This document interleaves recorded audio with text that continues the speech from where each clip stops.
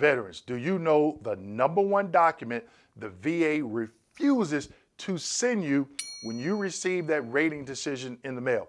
Today's video, I'm going to share a couple examples of this document and explain to you why it's important for you to obtain it. Make sure you stick around.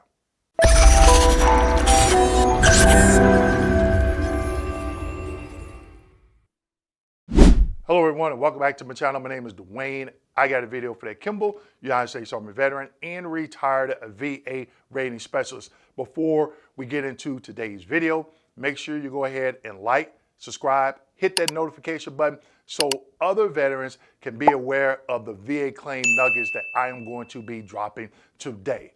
Also, don't forget my upcoming webinar. You can click the link in the description section and get signed up. So today's video.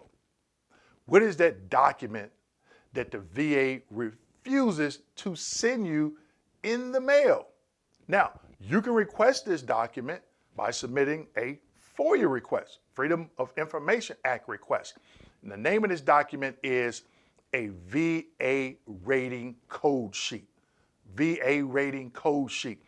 I don't know why the VA does not send this document to you when they send you your rating decision packet. I'm going to share some examples. Some of these are from the M21-1, but most importantly, I'm going to go through this document and give you some of its valuable information. Let's go ahead and get into it. Slide number 1. Here in slide number 1, this is the M21-1, okay? And yes, in the M21-1, they have examples of a rating code sheet. Also in my book, I give examples of a rating code sheet. So it says sample rating decision, code sheet, signature field. Now, I'm going to go through some of this information, but the examples that they gave in the M21-1 were for specific reasons, okay? But for today's video, I'm just sharing with you what it looks like, okay? Now, this is the last page. Depending on how many conditions you're claiming, how many conditions that you are service connected for, how many conditions that you have been denied, if you have any SMCs, will determine the number of pages. The signature block is always the last page, but sometimes there are some veterans that may be only service connected for 1 or 2 conditions. It can only be 1 page. So this is the signature page, okay? So basically it's showing all the conditions that are not service connected. So if you don't have any service connected conditions and you've been denied for 3, okay? But then they have ancillary decisions, basic eligibility, 38 USC chapter 35. So this example from their website tells me, hey, there is another sheet because you cannot be service connected for chapter 35 and have been denied for all other conditions. But again, this is just an example. So you're going to have the veteran's name, the veteran's file number, and normally the veteran's file number is the veteran's social security number, okay? There you can see social security number, then the POA, power of attorney. So if you have a VSO, Veteran Service Organization, claims agent, or an attorney, their name will go there, all right? And then it says top right-hand corner, page 2 of 2. So you heard me say there is another page, but this is just an example only, okay? Then down at the bottom, certified by VSC J. Smith RVSR. Now, VSC stands for Veteran Service Center, okay? I'm not going to get into that. And then you have the rater's first initial and part of their last name. When I rated, we had to put our first initial and full last name. And then right before I retired, we just had to put our initials. I don't know what the requirement is now. Also, I think one of the reasons that the VA doesn't send this to you is they're going to say, oh, it has your social security number on it. That's a bunch of hogwash because guess what? Your social security number is on the first page of the rating decision. They can't say, oh, well, your POA's information is on it. That's a bunch of hogwash, because guess what? The POA's name is on the first page of the rating decision. And then third, they may say, well, it has the rater's initials. They may say name, okay? But if you just had initials like DK, I'm Dewayne Kimble, they're not going to know exactly who that is, who I am, right? And guess what? When you submit that FOIA request to VBA, Veterans Benefit Administration, this information is redacted. Okay, so there's no reason why they can't send you this information, but those three things, if you ask them, they may give you one of those three things that I just explained, okay? Let's keep going. Slide number 2. Here's slide number 2, and I do apologize. It's a little bit blurry for whatever reason, but I copied it right from the VA's website, but don't worry about it. The next example I'm going to show you is one that I did myself, okay? So this one is amputation rule. We're not talking about the amputation rule, but I just want to give you some additional information as to what it looks like. Now, this is the first page. This lists all the service-connected conditions, okay? It even has the jurisdiction, associated claim. You'll see O2O. O2O is a EP. It stands for end product. I'm not going to get into it today, but I promise you I will do another video on EPs, end products, and why it's important that you know it, okay? Then it says subject to compensation. These are all the service-connected conditions, okay, that you have. And then it gives the overall rating at the bottom, okay? Now, from the previous slide, that would be the second page. Now, I'm not saying these two examples are the same, okay? Now, some very important information on here. See these numbers on the left-hand side? Those are called diagnostic codes. Guess what? I have a video on my channel explaining diagnostic codes. I also have examples in my book, VA Claim Success, where I am talking about or giving examples or showing you some examples from the VA's website for diagnostic codes. Then it gives you the disability that you're service connected for. Now, it also says right under that disability, service connected peacetime incurred. Then it says static disability. So if you want to know if your condition is static, right here on the code sheet, it tells you that condition is static. You do not have a routine future, RFE.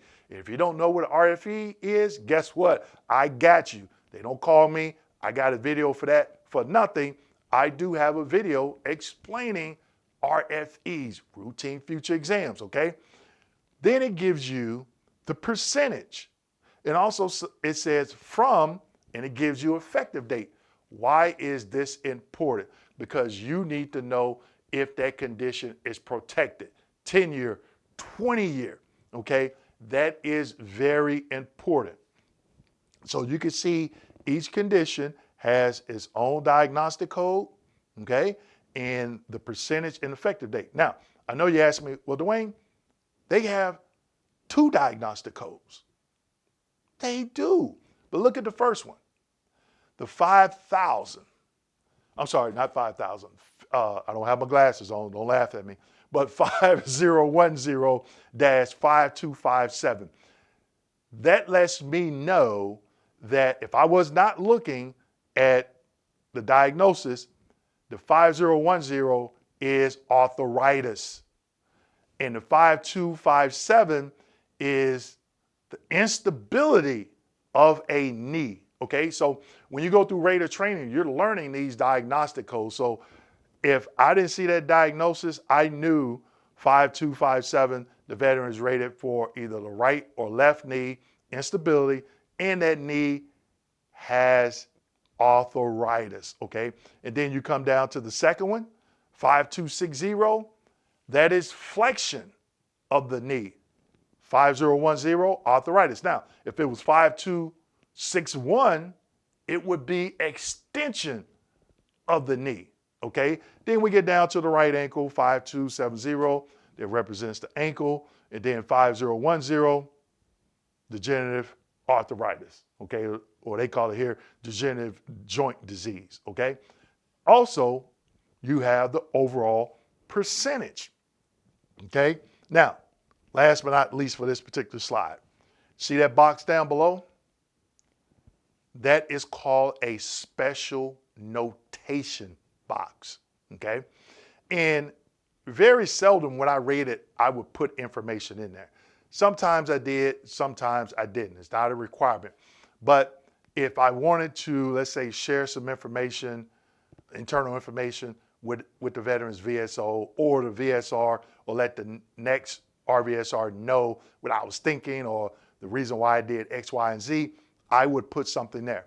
Now, I'm going to tell you something personal about one of my rating decision code sheets, okay? I'm not going to go into detail of what was in there.